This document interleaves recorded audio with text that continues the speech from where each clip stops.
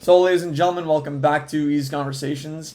Thanks a lot to everyone who listened to the last episode featuring the homie Matt and I. Hope you enjoyed listening to us talk about our recommendations for do's and don'ts in the workplace.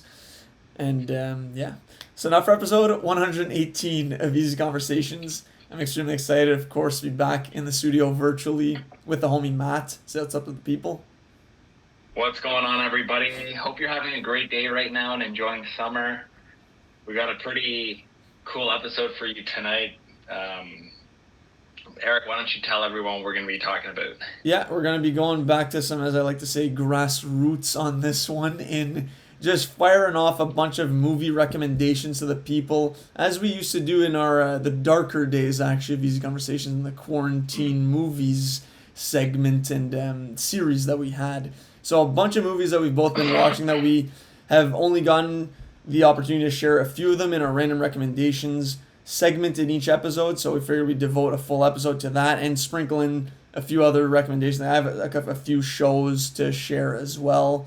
So, but we'll be starting off with movies and to give you some good recommendations for the fall that is now upon us soon.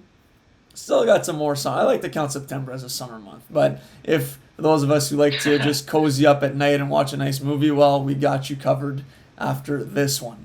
So, like I said, been watching a lot of movies lately. If anyone follows me on Letterboxd, which is a movie reviewing app, you can see that I've been very active and haven't gotten the chance to talk about a lot of these movies. So I'm kind of just going to run it back chronologically for the month of August, what I've been watching in reverse order, actually. So I'll go with, I watched two movies last night, and I'll start off with one of them.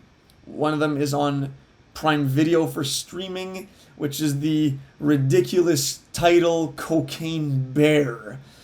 First of all, Matt, have you seen this movie? Sadly, no. I really want to watch it, though, so I can't wait to hear what you're going to say. Okay, so first impressions on this movie were, when I saw that there's a trailer for this movie about a bear on cocaine, I thought this looked like the dumbest thing possible, honestly, and that the well of ideas for movies has run dry. Ultimately, this ended up being quite an enjoyable movie, like a turn your brain off, just enjoy the ridiculousness ride. And I wrote in my review that I think this is the perfect movie to watch with a group of people where you can really just make fun of the movie at the same time. And I think more people would find certain things funny that would in turn make you laugh. Like I watched this alone last night and I was chuckling pretty consistently the whole movie, and there were a few times where I was like really laughing out loud at it's really like the violence that you're getting from the bear and the kills. It's like graphic violence that ends up being funny. There's a lot of swearing in the movie. It's really not it knows what it is basically. Like it plays to its strengths. It's stupid, but there are a lot of good actors in it too. Like Kerry Russell is in the lead role. I liked her a lot. There's O'Shea Jackson Jr., son of Ice Cube, Alden Ehrenreich, I'm not sure how to pronounce his last name, Ehrenreich, who plays Han in the Solo movie. You got Ray Liotta. There's Jesse Tyler Ferguson from Modern Family. There's the guy who plays Clay Davis from The Wire. So a lot of faces you'd recognize. And yeah, it's an enjoyable movie, honestly. An hour and a half long. Pretty dumb, I will say. And like I said, it's the perfect kind of like late night movie at the end of a night of like partying or whatever, and just throw it on, don't think about it, just enjoy the ride. Those would be my thoughts. And that sounds right up my alley. I can't believe I haven't watched it yet. I know it's on Amazon Prime. I've been watching a lot of movies on Prime, actually, and I'm always hovering over the icon for Cocaine Bear, but I'm never committing. Mm-hmm. But I think that'll be my next watch, Eric. Everything I heard from it sounds like blending of genres, like comedy, horror, action, and that's my thing. And it's got like an A-list. It's got some really solid actors, like you said, so push it above the B-movie category. Yeah. But no. So, Eric, you think, like, was it more action, horror, or comedy in your opinion? Definitely, I'd say comedy first. Then action. Like it didn't really have maybe there are a few instances where there's like a lot of suspense, and you're like, okay, like the bear's gonna pop up, and there's just this slow Oh, build okay. up to it. But I was not scared once, like at all. Okay. So I would say comedy, action, horror, but definitely you get those three in there. That's a good way to describe it. And I don't think it's a movie I'm gonna run back to anytime soon. Anyways, I don't think it's a necessarily a good movie. You know what I mean? But I enjoyed myself watching it, and especially because I watched it right after another movie that I'm going to talk about later, which maybe made me enjoy it even more. So I would recommend it though. I think it's a good movie to watch at least. Watch one time for sure. Okay. And for the cast, it's like a bunch of actors I'd like to see in more roles too. Like O'Shea Jackson Jr. is really funny, and Eldon Reich as well. They were a good tandem in the movie. Sweet. I'm definitely gonna check that out and report back on the podcast. Yep. Do it. The first movie I'm gonna talk to is very similar actually. It's not necessarily a great movie or even a good movie, but it was really fun, and it's on Amazon Prime as well, I believe. It's Renfield, starring Nicolas Cage and Nicholas Hoult. Renfield is the name of Dracula's servant, basically. Nicolas Cage plays Dracula in this movie, and his servant is Renfield, played by Nicholas Hoult. And it's basically, you get first-person narration, a lot of Nicholas Hoult being dissatisfied serving Dracula, goes in a bit of a backstory at the beginning. And now it cuts back to modern time where he's kind of like trying to cut away from the Count, and it's just him going off by himself, but then Nicolas Cage as Dracula eventually like finding him, and shit goes down basically in modern day. This is ridiculous gore and laughs and dark humor. Not even dark humor, actually, just comedic gags. And I thought I had a blast watching this movie. It's not for everybody, but it has enough comedy and laughs to keep you like interested. It's a horror movie in quotation marks in the sense that it's about Dracula, but it's more for like laughs and the banter and the excessive gore, which is very comical. Like when I mean excessive, it's like Kill Bill times 100, or just like Kill Bill, fountains of blood. I bet you Cocaine Bear is very similar type of movie where it's good fun one time watch, quick pace. But Nicholas Hoult and Nicolas Cage carry the movie. Nicholas Holt's a great actor, Mad Max Fury Road and Warm Bodies. He's been in a bunch of movies too, other movies too. And Nicolas Cage is great as Dracula. You might not think that'd be like a sentence you'd say, but like he's a good actor, Nicolas Cage, and he kills it as Count Dracula. There's another Dracula movie that came out this year as well. Laszlo did the Demeter, but this is like definitely the comedy Dracula movie that came out this year. Okay. And I recommend it. Honestly, it's an easy watch, Eric, and it's funny, and it's there's good like fighting, excessive gore scenes. So yeah, that's Renfield on Amazon Prime. Okay, right on. So like you said, the same triple threat of action, comedy, horror rolled up into one, which is fun. Like I like those kind of movies, and I feel like there aren't that many of them that are great these days, but it's nice to start off like I say great these days as in maybe the movies that try to go for that lean too hard in one lane and then it tips the scales poorly and makes for an unenjoyable watch, where you got some really cheesy dialogue and sloppy action sequences where we might have gotten like a nice balance of the three in both of our movies. So that's fun.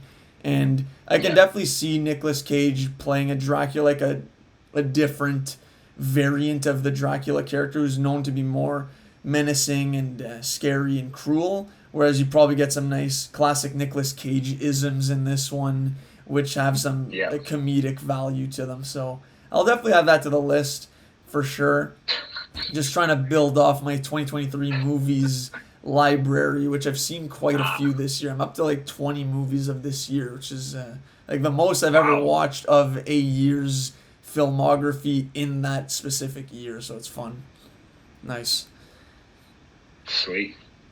Carrying off on that, which is not the same genre at all, but I'll add another 2023 movie here, which would be BlackBerry. So the story of how the iconic BlackBerry phone went on the market and took the world by storm in when it did. I forget exactly the year, but and just watched the movie. But it was an enjoyable movie, honestly. So basically, you got the actor's name, Jay Baruchel, playing the founder of BlackBerry. So Mike Lazaridis, and Glenn Howerton plays Jim Balsillie, who ends up becoming the CEO of their company. And they both kind of play against type in this, where they're more in serious roles, and they're known for comedies, right? These two guys. There's definitely a lot of comedy and humor in the movie, which I enjoyed, but it's really a more serious tone for the movie. It's a biopic, right? And I had heard going into it that it was a very good movie. I definitely enjoyed it quite a bit, but my only concern or critique of it would be I feel like it was tough to really know if conversations happened the way they did, where there's a lot of swearing, there's like outrageous statements being made, and I was kind of questioning whether or not things actually went down the way they did. So that would be my only concern and critique of it. But overall, I enjoyed the movie. I thought it was good. I'd definitely recommend it if you like to. It's like a ride down memory lane. Like, I never had a BlackBerry myself. My dad did though back in the day, and I used to play like Brick Breaker on that thing. A classic game, a lot of fun. It's just cool to see like the impact that BlackBerry had on the market back in the day. So I would definitely recommend that. Didn't find it on a traditional streaming site. I followed an avenue that you tend to do sometimes as well, Matt. Just there's options out there. I'll just say that.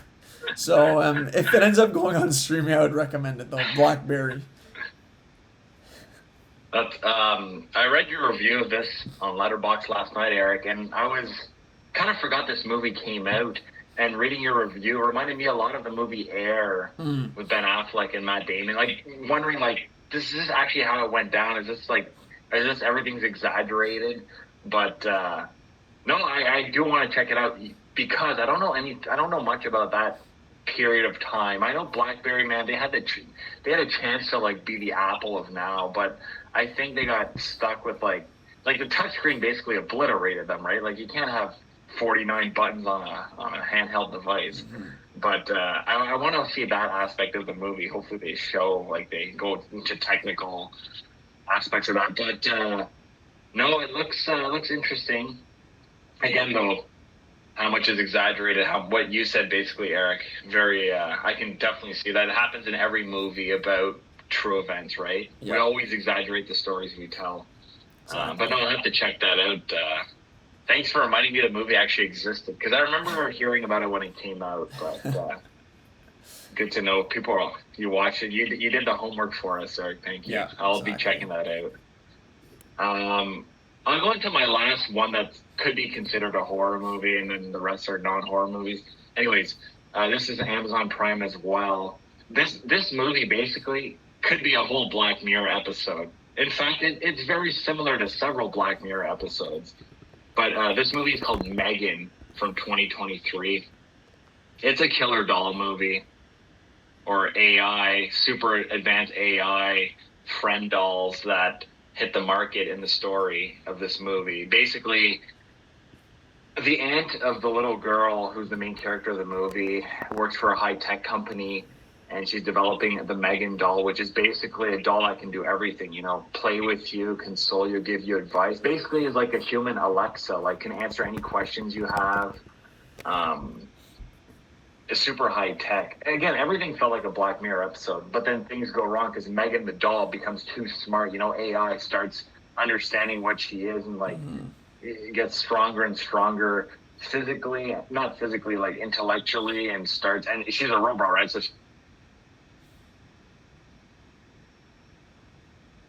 Uh-oh. This again.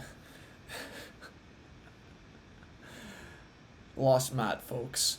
So I'll have to wait. When did I cut out? Am I back? Well, then I started talking, so I forget what the last thing you said was, but she gets too strong, artificial intelligence. Yeah. So basically what happens in this movie is Megan gets smarter and smarter and starts realizing, like, she doesn't have to listen to the humans. She doesn't have to switch off when the aunt says turn off. The aunt, by the way, is played by Allison Williams from Get Out, and she's great in the movie. Yeah. It's got some really good kills. It's got some really good suspense. It's basically a long Black Mirror episode. That's the best way to describe it, and I'm sticking to that. And it was I very enjoyable watch actually. Again, quick watch, easy to get into. And yeah, that's Megan on Amazon Prime, Killer Doll movie, 2023. Definitely could be considered a horror film. But yeah, I really dug it. Same thing with Cocaine Bear. I remember when the trailer dropped for this, I'm like, this looks horrible. But again, I feel like every time I say this about movies, they end up being enjoyable. It's kind of those kind of movies, honestly, end up having better success rate. Maybe this is a hot take, but better success rate than the ones that are hyped up as these like Oscar Academy nominee candidates and incredible acting from Benedict Cumberbatch in The Power of the Dog. Yeah, last time I bring that one up. But like you go in with like an easy, simple, maybe stupid concept, and you can have a good time with it. And that's the fun thing about movies, that they don't always need to be the same thing. You can go into them with a different mindset, and they all serve their purpose. And oftentimes, like, they're very, very enjoyable, entertaining, fun, funny movies. And like we need that in life in general. It doesn't always have to be serious in these dramatized stories that they tell. So I have an appreciation for these kind of movies. So I'll have to add Megan to the list as well. Add it to the 2023 filmography slate. So, and I think they're making a sequel out of this too. I wouldn't be surprised if this ends up being this massive franchise where there's now an army of Megans, and who knows, maybe the Cocaine Bear crossover is the only thing that can stop Megan down the road. So you never know. Right on. Again, I'll just keep going in order here. So I watched this movie called Enough Said, starring Julia Louis-Dreyfus and the late James Gandolfini. This is a rom-com, actually, so full switch up from the last two movies that I watched. Really enjoyed this movie. Basically, Julia Louis-Dreyfus plays a divorcee. She's a masseuse. She ends up going to this party where she meets a woman played by Catherine Keener, who kind of has a life that she would like, and also who's also divorced, and meets James Gandolfini's character Albert at the same party, and they end up starting to go out, and he's also divorced. So it's basically you're interacting with a bunch of characters who are divorced, and they all talk about their own experiences and how life is like for them, and in the dating world specifically, and as parents. And I really enjoyed this movie. It was a fun time, funny movie as well. Amazing chemistry from Julia Louis-Dreyfus and James Gandolfini. They're dynamite together. They had me cracking up quite a bit, especially James Gandolfini. He was really funny. And it was just funny seeing, like, obviously I know James Gandolfini from Tony Soprano in The Sopranos, so he plays a completely different character in this, and I really enjoyed it. And Julia Louis-Dreyfus, I just love her in everything she does. She always plays a likable character. I don't know if she's likable in Veep, actually. I've never seen that, but I know she's won a lot of awards for that. But definitely recommend. Again, short movie, hour and a half long. I like rom-coms like this, honestly. There's obviously formulaic, but also a nice twist in this one that I'm not going to say what it was. And enjoyed it. So if you can check this one out somewhere. It's an older movie, like 2013. Definitely enjoyed it. Enough Said is what it's called. Have you seen this one? That's awesome. No, I have not. So yeah, I haven't seen this movie. Again, I'm an avid follower of yours on Letterboxd, and when I saw you watch this, it reminded me. Like, I remember when this movie came out, and I completely forgotten about it. So thank you for refreshing bringing it back for me. James Gandolfini, I've seen him in several other movies, other than like his Sopranos, and like he's in. Anyways, a calm James Gandolfini. He's a really good actor when he's not like playing a gangster, or he can do it all. Is what I'm trying to say. I'm saying he's a good actor in anything he does. But enough said. I've seen him in another movie, probably similar to that, where it's a low key drama / comedy, and he's excellent in it. So I can only imagine in this movie, Enough Said, that he's also good. I like switching it up too, Eric. I'm not always watching like movies like Renfield and Megan. A nice quiet movie is good once in a while. the movie. There's a movie James Gandolfini did, The Drop, with Tom Hardy. He's excellent in that movie too. It came out around the same time as Enough Said, and it's not like an over the top performance too from him, but he's perfect, and it kind of plays like a loser. And it's weird not hearing him. It's weird not hearing his Tony Soprano voice too. Anytime he talks and it's not like that voice, I'm like thrown off. Mm-hmm. But all that to say is, on the strength of these two actors, Julia Louis-Dreyfus and Gandolfini, I'll have to check this movie out now because they're just great actors. But yeah, enough said. 3 for 3, Eric, so far. Yeah, and I don't know what other movies you're going to be talking about, but I've seen your letter. Like, I have a feeling there'll be more than just 3. My next movie is actually an older movie as well, and someone at work randomly, super random, just like, Matt, you should check this movie out. And it's a movie from like 2014, and I was like, okay, that's random. And then I looked into it, and I'm like, oh shit, this is right up my alley. So the next movie I'm going to talk about is called The Rover. It stars Guy Pearce and Robert Pattinson.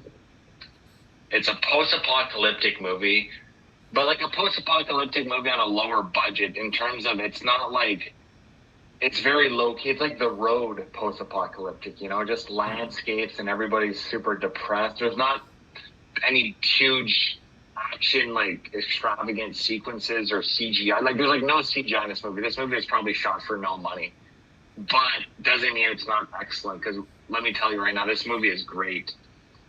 Very minimalistic, not a lot of characters, takes place within 2-3 days.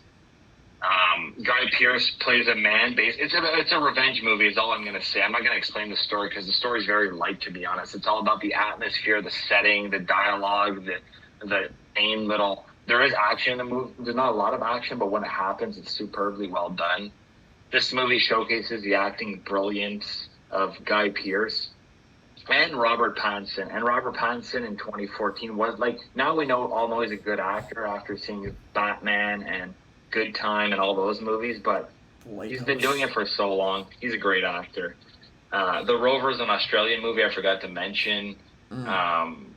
It's very rewarding too. Great ending. It explains a lot because at the beginning you're puzzled a little bit, but ending explains it. Not for everybody. Like I said, minimalistic, maybe slow. I didn't find it slow at all. It's just because there's not a lot of characters and stuff going on. It's like a road movie, post-apocalyptic, you're trying to figure out what's going on. Okay. At the same time as some of our characters in the movie, really. So it's kind of cool. But that's The Rover. You'll have to good luck finding it legally, but I had to resort to other means to watch this one. But The Rover's it's like an indie gem. It's an independent movie that's really underrated in my opinion. The Rover. I don't think I'll have a hard time finding it, Matt, but good to know. So The Rover, right on. I like that. And like you said, Robert Pattinson, not an undercover actor anymore. Like he's known to be a great actor. Like he used to be the Twilight guy. He's moved past that and then some. So, and I like that concept, honestly. I like those kind of movies too, minimalistic, a little bit of mystery, and then where everything gets resolved and explained properly at the end. You don't want to go full David Lynch and just not provide any exposition, as they say, at any point in your movie. So that's good stuff. I'll add that one to the list as well. So I'll go on my next one, which is along the same lines as Enough Said, honestly. It's called You Hurt My Feelings, directed by the same woman who directed Enough Said. So Nicole Holofcener, starring Julia Louis-Dreyfus as well in the lead role, rom-com, back-to-back, line them up, watch it. Really good movie, honestly. It's a pretty short one as well. And the premise is basically Julia Louis-Dreyfus is married to, I forget his name in Game of Thrones, but it's the guy who plays Catherine Tully's brother, the loser brother in Game of Thrones, not the Edmund. Nice, good pull. So they're married, happily married, so not the same concept as the other one, but essentially the where the movie kicks off is they're in a great relationship, and then at one point in the movie, and she's an author, like a successful writer, and she overhears her husband talking to her sister's husband that he does not like her upcoming novel that she's writing, despite having told her multiple times like how great her writing is, and he loves what she's writing right now, like her novel, and it really just shatters her and kind of spirals their relationship, and like trust has been broken, and like, is he lying to me about other things? How can I trust this guy again? So really good movie, honestly, and like a relatable topic for a lot of us to be pondering the question, like, is there any value in not telling the truth in a relationship with your significant other, in worrying of hurting their feelings? Is it better to tell the truth at all times?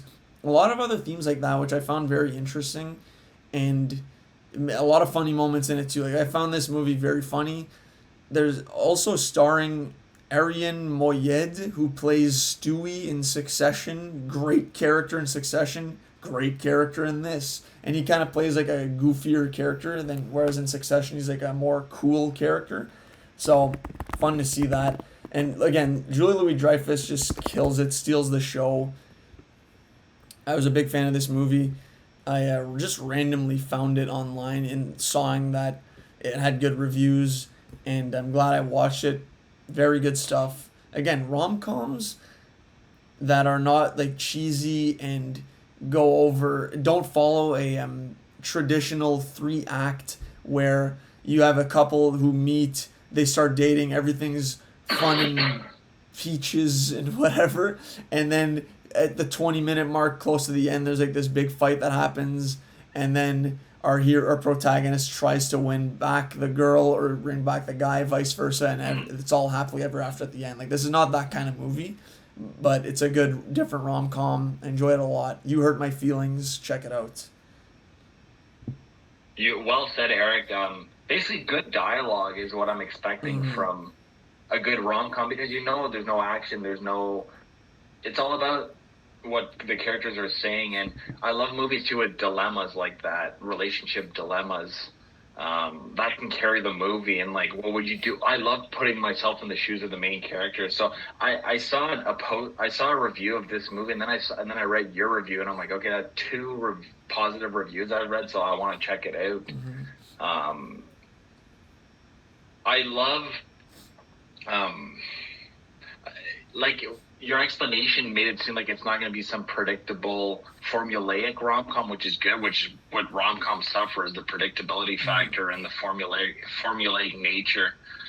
That other actor was really good too, Edmund Tully from Game of Thrones. He was also in Rome, the HBO show, as Brutus, and he was really good in that show too. So I've never seen him in a movie, so it's cool. It'd be cool to check that out. But yeah, it sounds like great dialogue movies, just like that movie Marriage Story, right, with Adam Driver. Yeah. Brutal movie, but like the dialogues are razor sharp, almost too much. Yeah. But no, I will be checking it out, Eric. Good review of it. Actually, Marriage Story is a good comparable for it. It kind of did remind me of that. Okay, sweet. Yeah. I got one more movie I'm going to talk about. Okay. It's one I've rewatched many times. All the other movies were first-time watches. This movie here is a typical like 90s drama where you can see, like, it's not a feel-good movie, but you can see. Anyways, I'll just introduce the movie. The movie is Scent of a Woman from 1992 with Al Pacino, Chris O'Donnell. This director here he did like 4 good movies in his career, and then he directed an absolute piece of crap movie with Ben Affleck called Gigli, which is like 2 out of 10 on IMDb. Anyways, he directed Beverly Hills Cop, Midnight Run, Scent of a Woman, and Meet Joe Black, which I find are all great movies in my opinion. Anyways, enough about the director. Scent of a Woman, Chris O'Donnell's a not a broke college student, but a college student on a scholarship. So he needs to make money during Thanksgiving long weekend. He agrees to house sit Al Pacino, who's a blind lieutenant colonel retired from the U.S. Army. He agrees to house sit him for the 4-day weekend or whatever. Well, as soon as like as soon as his niece leaves with the kids to do their thing, he decides to take a road trip to New York with our young character, with Chris O'Donnell's character, and Chris O'Donnell's like, "What the hell? Like, I was just supposed to watch you in your house." So they go to New York, and that's when the adventure begins. They get to know each other. Frank, Al Pacino's character, the blind colonel, he's super funny during the whole movie. He has like all these sayings, and he's trying to educate young Chris O'Donnell. I forget his character's name. And that's the strength of the movie is Al Pacino's performance, which he won an Oscar for. It's like one like series of things after another. There's like a tense Thanksgiving dinner at Frank's brother's house. There's a trip to like a restaurant. Anyways, really good 90s drama coming of age movie. Lessons, and it's a feel good movie at the end. There's also like Al Pacino helping Chris O'Donnell's character with his school stuff. It gives you Chris O'Donnell's presented with a dilemma at the beginning of the movie where he has a chance to snitch on friends or keep a scholarship, which you learn very early on in the movie. So like there's a dilemma there going on too. What would you do in that situation? And Al Pacino helps him resolve that conflict in the end. But Sense of a Woman's a typical 90s, you know where it's going, but it's really well made. I don't know, Chris O'Donnell was a good actor. I mean, he kind of disappeared. He wasn't like, he was Robin in a couple Batman movies. He made a lot of movies in the 90s basically. But yeah, Sense of a Woman, it's really good, and Al Pacino excels in it. Have you heard or seen it, Eric? Yeah, I've definitely heard of it, never seen it. Like, there's a lot of Al Pacino movies in the 90s that are blind spots of mine, like Heat, Dog Day of Summer, I want to say, is one of them. I'm sure there's more. But no, Scent of a Woman, I had no idea what it was about, honestly, so that was a good breakdown that you just gave. And I will also look to add that one to the list. And, I mean, just familiarize myself more with Al Pacino movies. Like Chris O'Donnell, off the top, no idea what he looks like, but if I saw him, probably I'd recognize him, but like the name doesn't ring any bells. But it sounds like a solid movie that you come out of it with some good life lessons. Like you said, you feel good. Those are always fun watches, so we need those kind of movies definitely alongside Megan as well. They'll a little balance in everything in life. Right on. I have a couple other movies. One is pretty well known. It was my first time seeing it. The Equalizer. I had obviously heard of it for years. Older movie now, 2014. If you haven't seen this one, I'd say check it out. It's a fun action movie. No real explanation needed.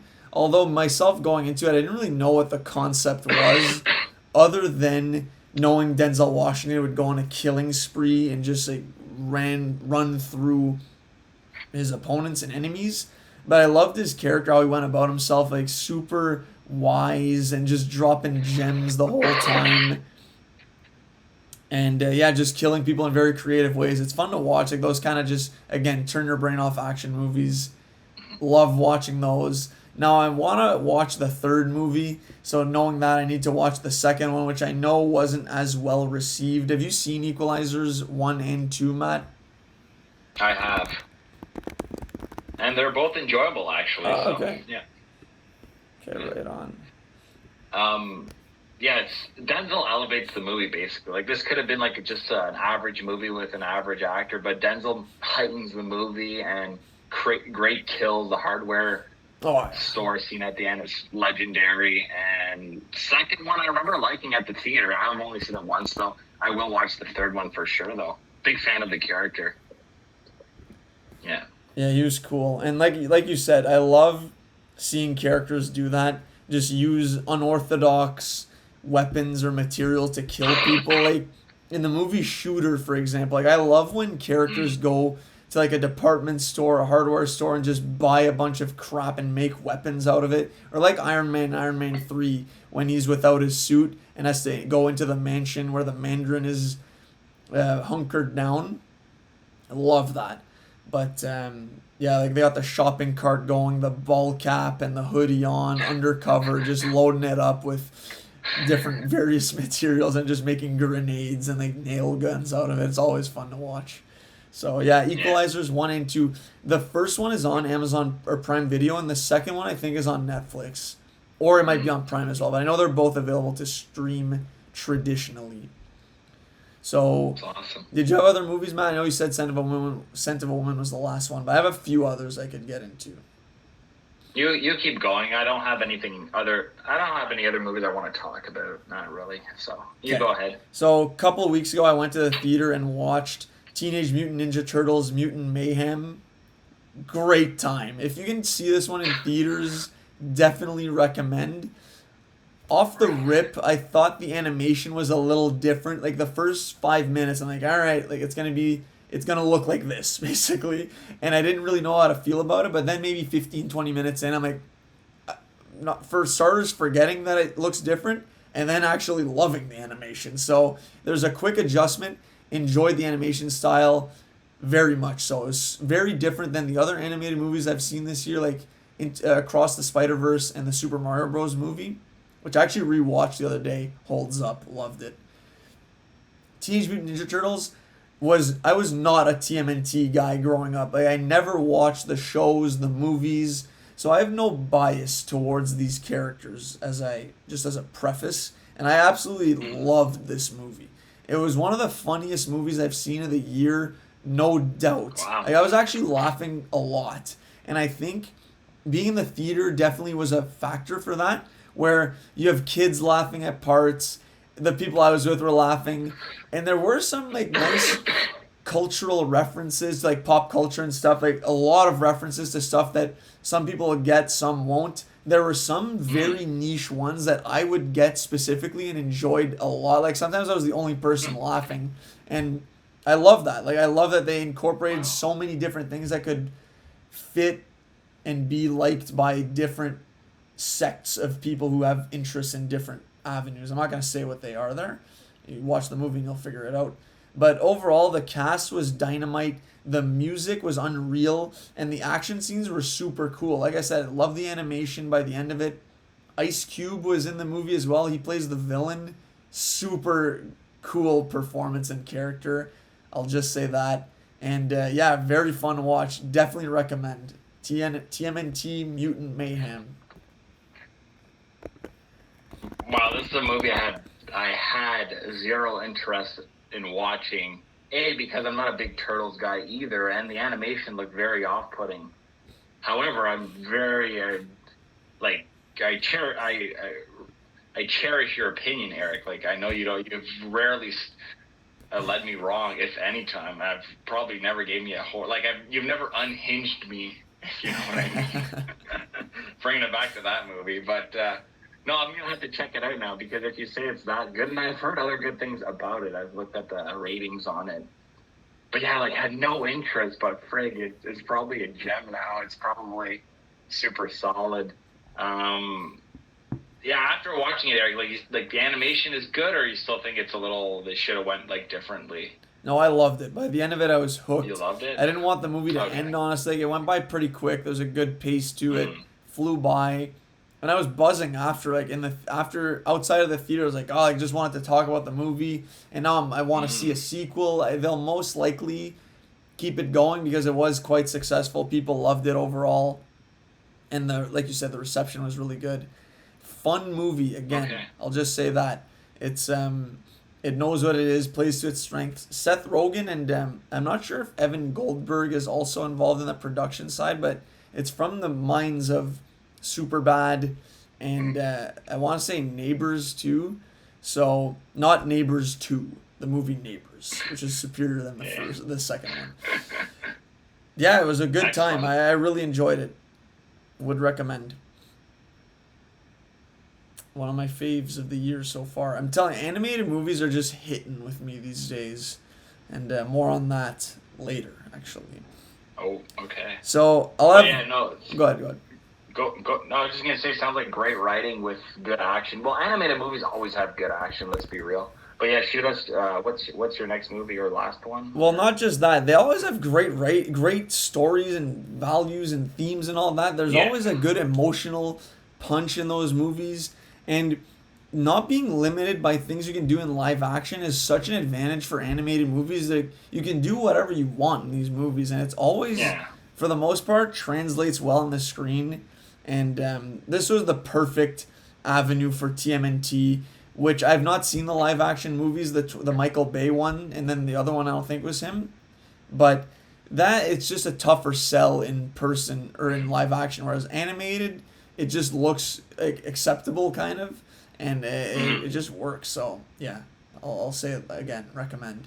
Last one actually, Matt, is a movie that you had recommended a few episodes ago. I'll just add on to the list. Say it's on Netflix. Check it out. Nobody, starring Bob Odenkirk. Along the same veins as like The Equalizer, for example. More John Wick, I'd say though. We have this retired CIA op, or I forget if he's CIA. Maybe I'm getting mistaken now with Equalizer, but he used to be like the guy that you call when you really need a job done. Bob Odenkirk was that dude. The action was unreal. Like the bus fight scene mirrors the Shang-Chi fight scene, except obviously up another level because it's rated R. That was wild. A lot of graphic kills, and again in creative ways. He was an insane character. And again, this is a movie that I hope they make a sequel to, and just keep these kind of franchises alive, operating alongside each other. I think there's even talks of maybe doing a crossover with John Wick, because I think it's been confirmed he operates in the same universe as John Wick. So that'd be really cool to see, actually. So yeah, Nobody on Netflix. I would run it. Easy watch. Yeah. Super easy watch, and like the bad guy was cool, like the Russian guy. Yeah. And you even have the RZA in there as his buddy. Yeah. So like unexpected, but he's not a bad actor at all. He's been in other movies. Odenkirk.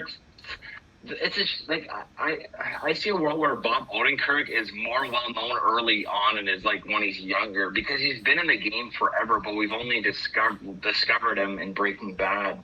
But like I feel like he could have been someone we see like all the time, but like at a younger age. I know he auditioned for Michael Scott, and I always think, what if he had gotten Michael Scott?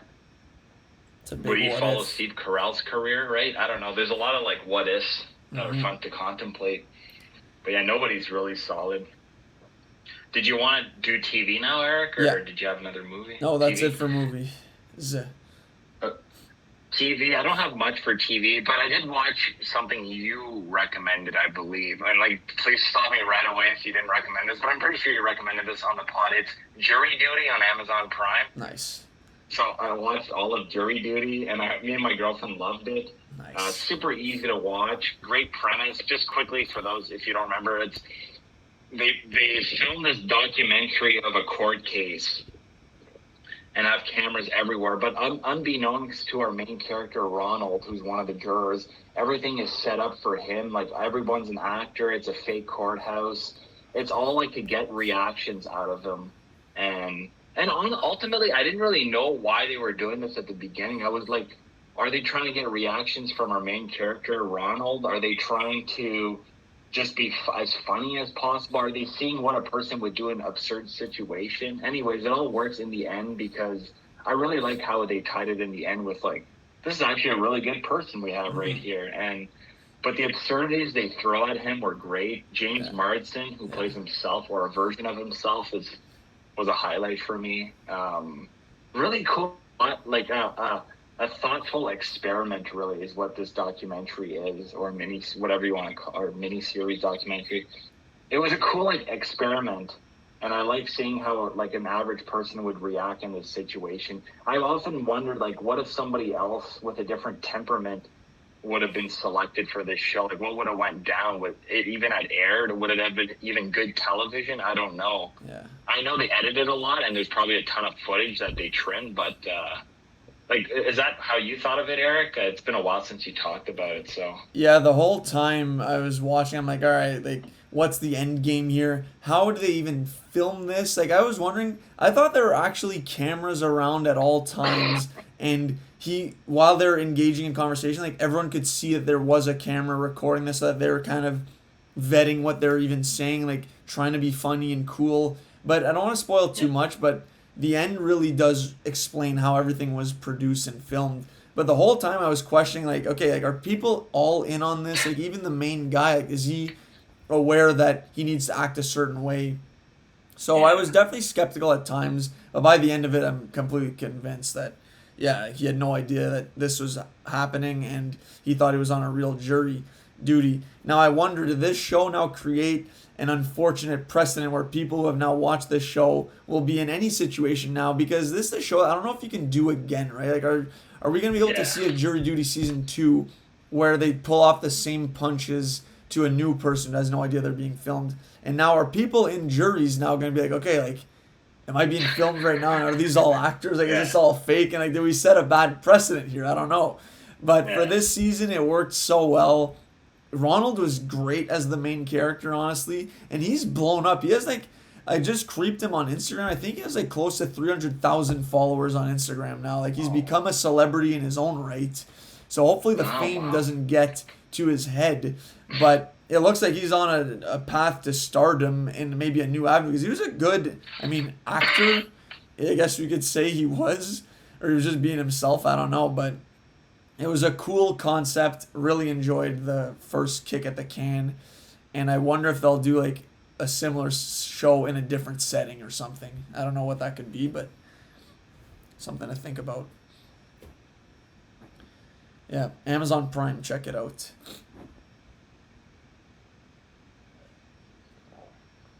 So I got a couple of shows on the go right now, and I'll start with ones that may be lesser known. So I started up this show a few weeks ago called Warrior. One word, Warrior. And how I would describe it is, it's a show set in the, I think, late 1800s, if not early 1900s. And you're following the immigration of many Chinese Americans into San Francisco, and them trying to build a kind of lives for themselves.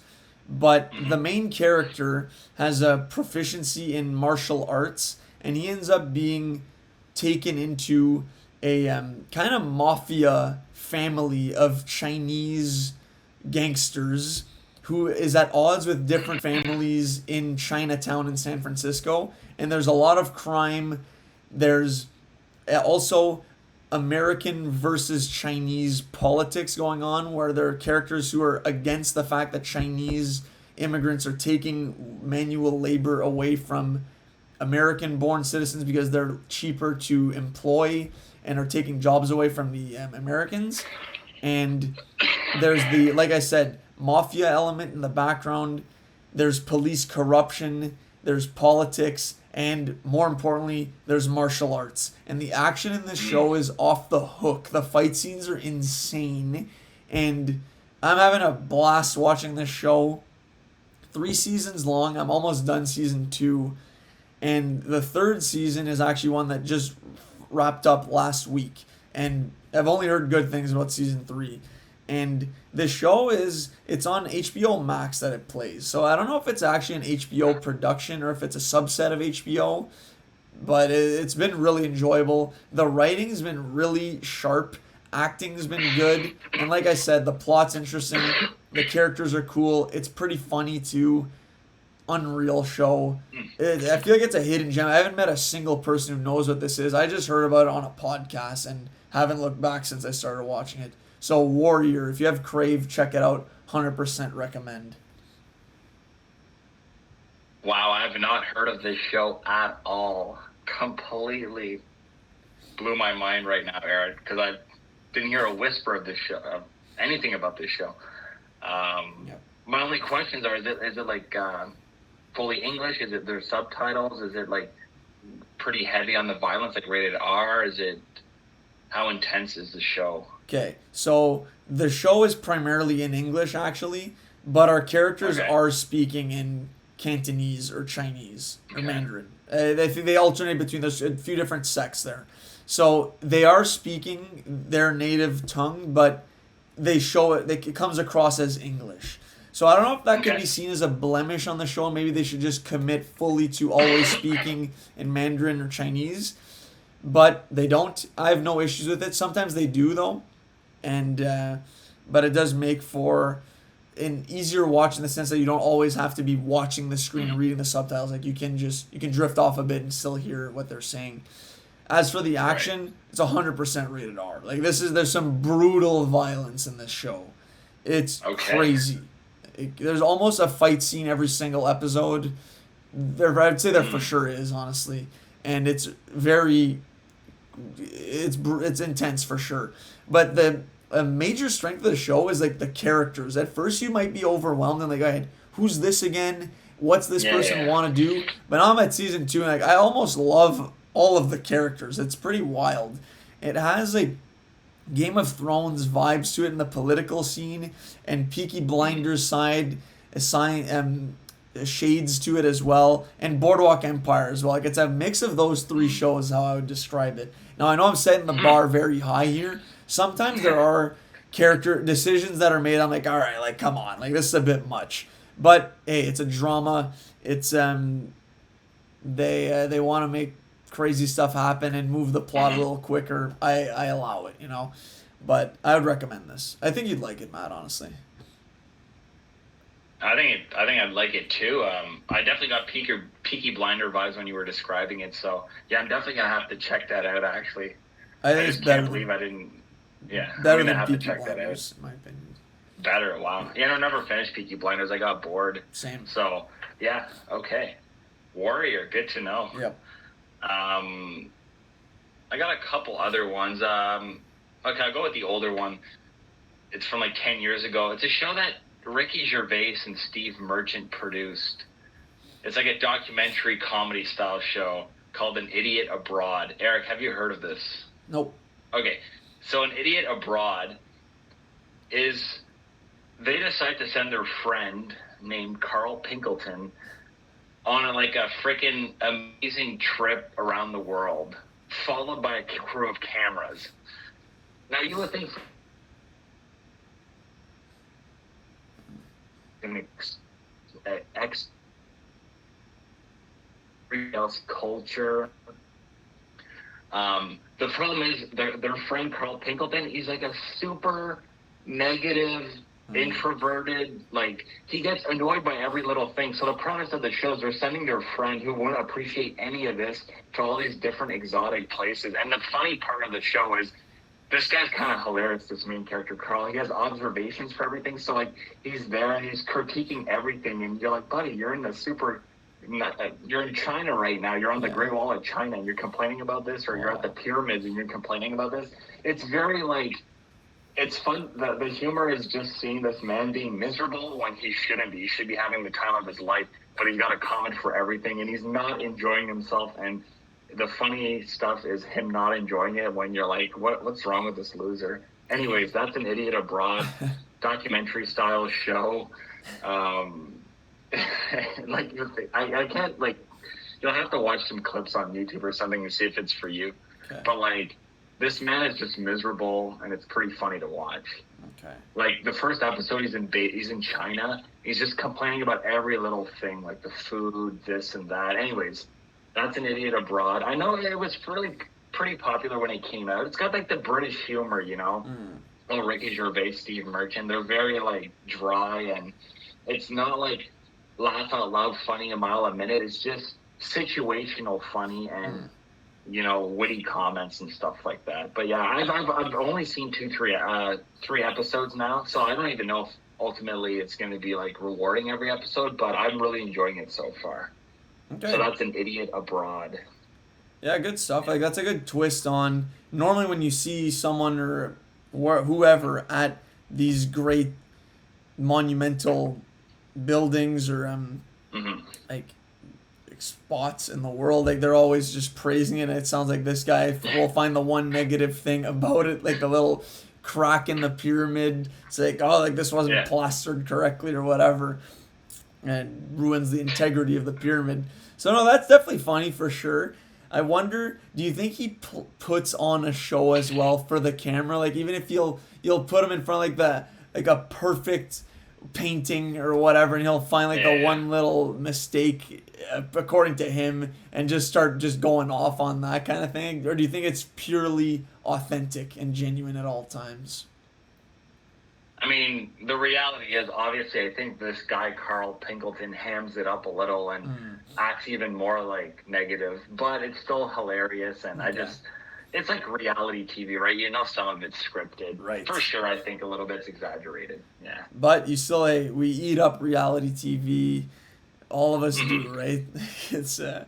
Oh it's yeah. it's good entertainment. Okay, right on Pinkerton. I'll check this out. What is it streaming on anything? No, I watched it on some websites. Okay, sounds good. So I have another show that you can actually find on Disney Plus, so accessible for the masses. No, who have Disney Plus, of course. It's a newer show that premiered in 2021, and the second season just dropped this year, a few months ago, called Star Wars Visions. Actually, Matt, have you watched this show? I have not actually. Okay. So I stayed away from this show when it dropped because reception on Twitter was negative at first. Basically, the concept of this is different animation studios take a crack at producing a Star Wars episode that has a completely different standalone story that has nothing to do with the Skywalker saga. It's just set in a world or universe, galaxy, where a character is using the Force, has a lightsaber, there's Jedi lore, whatever. It's set in the Star Wars world. Every episode looks different because, like I said, it's a different animation studio. So in one, you might have like your Wall-E style animation, and in another, you'll have a Chicken Run style animation. Like it's just different every single episode. And I find it very cool, first of all. And it's all Japanese studios, by the way, for season 1. And then in season 2, they expanded to more international. So I've been watching the episodes in season 1 exclusively in Japanese. And then in season 2, I look up what the animation studio is, what country it's from, and then I'll watch in that language just to stick to as authentic as I can. But they actually also got, if you want to watch it dubbed, they did get famous actors to play these characters. Like David Harbour actually plays one of the characters in one of the episodes. And all the episodes aren't of the same quality, I would say. But for the most part, I've enjoyed them all and have extremely enjoyed quite a few of them. Like I said, I'm a big animated guy now, and I've watched anime shows this year, so I have a penchant for Japanese culture in these shows. And there are a few of them that like really lean into the Japanese like samurai culture. And it's really cool. I find it super fun to watch. So I would recommend this. I think you'd like it, Matt. Star Wars Visions, one-off shows. They're like 15 to 20 minutes long each. And a lot of them, like I wish they kept going with that storyline that they set up, right? It'd be cool to see like a certain character just in like a full season's worth of content, but they doesn't look like they're going down that path. So yeah, Star Wars Visions. If you like Star Wars, honestly, I think it's for you. Check it out. I knew what it was, and I will check it out now. But yeah, I was a little worried reading. I didn't hear good things about season 1, basically. But honestly, it sounds like such an easy show to watch. Crank a couple episodes a night, so I will be checking it out. Doesn't advance any stories from what we're watching right now in other shows, though. So, but whatever. I like the universe, so I will be checking it out. I'm not going to talk about the next show I was going to bring up is something that deserves maybe its own episode, but it's the other Star Wars show on Disney Plus right now, Ahsoka. Mm-hmm. I have lots to say. I'm going to shelf it for now because, in essence, of not rambling for another hour. But so far, I'm. It's just episode 3 at the time of recording, so it's building up. I'm liking it so far, but I'm cautiously optimistic. I don't want to I've been disappointed by other Star Wars shows in the past, so. But that's Ahsoka. Everyone needs to be watching this, I think, because it's promising so far. But did you start it yet, Eric? Yeah, of course. I'm enjoying it as well. It definitely has a Rebels flair to it. And that's something to maybe throw in there as well. Like, if you haven't seen Star Wars Rebels, I think that'd be a good show to get into. It's one that I want to run back, honestly. It's quite long, though. It has, I want to say 80 or so episodes, and there's a lot out there that I do want to watch. So it's when do I put the time aside to rewatch a show that I did watch just a few years ago? But really good Star Wars, honestly. And it would this would fall into my Star Wars Visions too. the stuff they can do in animation is insane, especially with lightsabers, right? Like the action sequences are crazy in these animated shows. And Star Wars Rebels has some of the best Star Wars content out there. Emotional and just good understanding of the Force and crazy fight scenes. So I love to see these characters from Rebels brought to life in Ahsoka. And yes, I am enjoying it quite a lot through 3 episodes. And like they're introducing new characters and not just focusing on Ahsoka, like Obi-Wan, for example. In the Obi-Wan show, they didn't just focus on Obi-Wan, but it didn't work. They spent too much time on Reva. Whereas in Ahsoka, they're spending time on Sabine, on Hera. But it's working right now for me. Like, I'm not mad that we're not just following Ahsoka. You know what I mean? Yeah. No, I'd like to talk about that too. No, well said, Eric, about animation in general and Rebels. And this might be a hot take, but like, we get some. If you're a Darth Vader fan, some of the best Darth Vader moments in anything is in Star Wars Rebels, in my opinion. Like, you see him at his prime. He's freaking scary, menacing. He fights like extremely well. If you like Darth Vader, his appearances in Rebels is 10 out of 10. Like, it's better than some of the movies, in my opinion. But that might be a hot take. I mean, yeah, it's tough to go toe to toe with 4, 5, 6, but I know what you're saying, and I agree to a certain extent. Like, no, I just agree. It's top tier Vader content for sure. I just don't know if I'd put it above the OG trilogy, but it's so good. Everything with him in there is perfect, and the same thing with Darth Maul. And I think this for sure you can say, but maybe not, because Maul in Episode 1, Phantom Menace, is so good. But Maul in Clone Wars and in Rebels is amazing, in my opinion. So I think just Maul in general is amazing, but I love his appearances in both those shows. Such a good... Like, I'd say Darth Maul as a top TV show villain. There's a spot for him on a list there somewhere, like a top 10 or something. But, yeah, that'd be it for me, too, for TV shows, honestly. It's like I'm juggling Visions, which I'm almost done.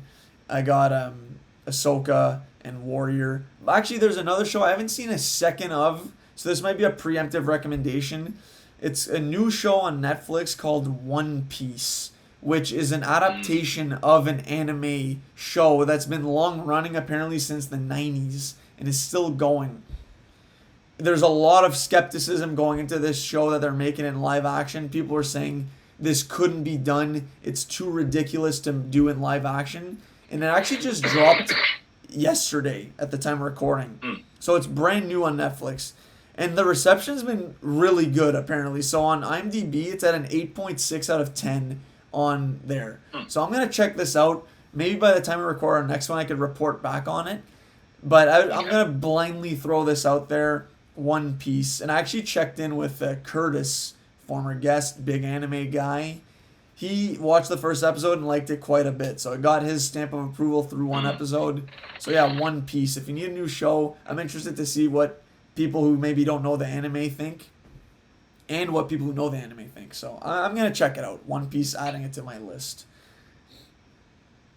I've heard of One Piece, the anime, very successful. And but yeah, no, I'll wait till you report back, and then we'll see. We'll go from there. You do the dirty work for us.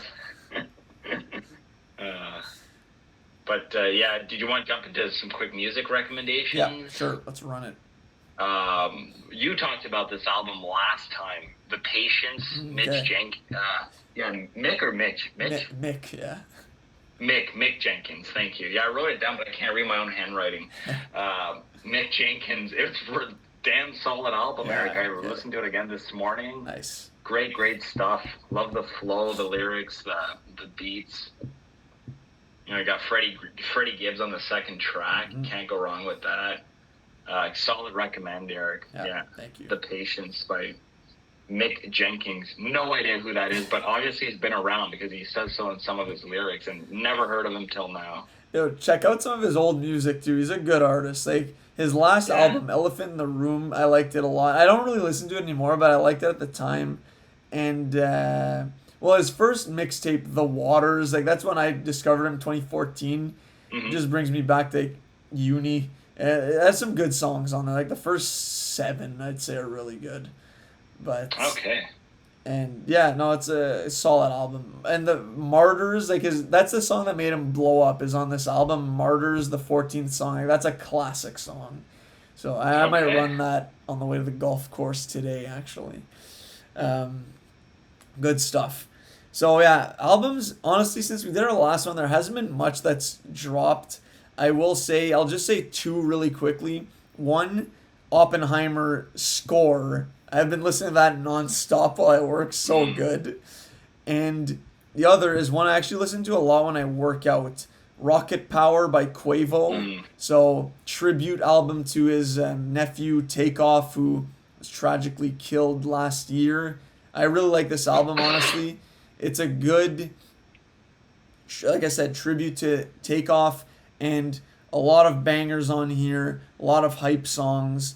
And Quavo, like, we've never really heard him before. Like, he normally just sticks to the classic, like, oh, I made it out the slum, I made it out the hood, now I'm the man. I used to sell drugs, now I just sell verses or whatever. But here, like, he gets emotional, and you definitely feel for him on a lot of these songs where he's talking about, like, crying himself to sleep. And not that I enjoy listening to music like that, like, you don't want to be down, but it is, like, real to hear someone get very emotional on songs, especially when you're not used to hearing that. But like I said, a lot of bangers on here too, a good balance of both. And I enjoy it. Like, maybe it's a bit too long. Like, I would have cut a few songs, but I'd say I easily listen to half of this and really enjoy the music. So yeah, Rocket Power by Quavo. Did you listen to this, Matt? Yeah, I was gonna actually bring it up myself. I listened to it too when doing my workouts. I felt it more mature than like his other stuff and more thoughtful. Mm-hmm. Maybe slightly long, like it's probably 16 songs, but could be trimmed down. But the songs aren't long. It rips by. Yep. But yeah, no, super. I really dug it, and Nice. I'm not the biggest Quavo. Like, I'm not the Migos. Yeah. You know way more about Migos than me, Eric. Yeah. But no, I thought it was solid. As did I think the album by Russ was solid. Oh, Santiago. nice. Let's go. I really dug that, and I Yeah. listened to that a lot this week too. Those 2 albums dropped at the same time, I think last week. Yep. Super solid. I only know Russ because of you, Eric, because when you sent me some playlists, you had a couple Russ songs on there. But now I gotta go, like, if you can recommend, if you're saying to go, like, through his discography, I'm gonna do it because really dug this album. Yeah. Yeah, Russ is dope. He has so much music out too. I'll say check out his album There's Really a Wolf. That's one I really enjoy. Okay. Have you heard that before, Matt? Did I already say this? Nope. Okay. So that's a good album. That has like a lot of his like classic breakout music. And Okay. yeah, he normally runs like no features. He produces his own music. He engineers for himself, writes for himself. Like, he's a really talented dude. And yeah, Santiago is a great album. I enjoyed it a lot too. I found it gets better too as you go through the album. It starts off like maybe a little slow, while it's a consistent tone for the whole album. I find that I enjoy the songs in the back half more. So no, that's a good one as well. I'm glad you like Quavo's album as well. The intro just fires me up. Fueled Up, the banger. But yeah, no, There's Really a Wolf by Russ and Santiago by Russ. 2 good picks. Yeah. Great.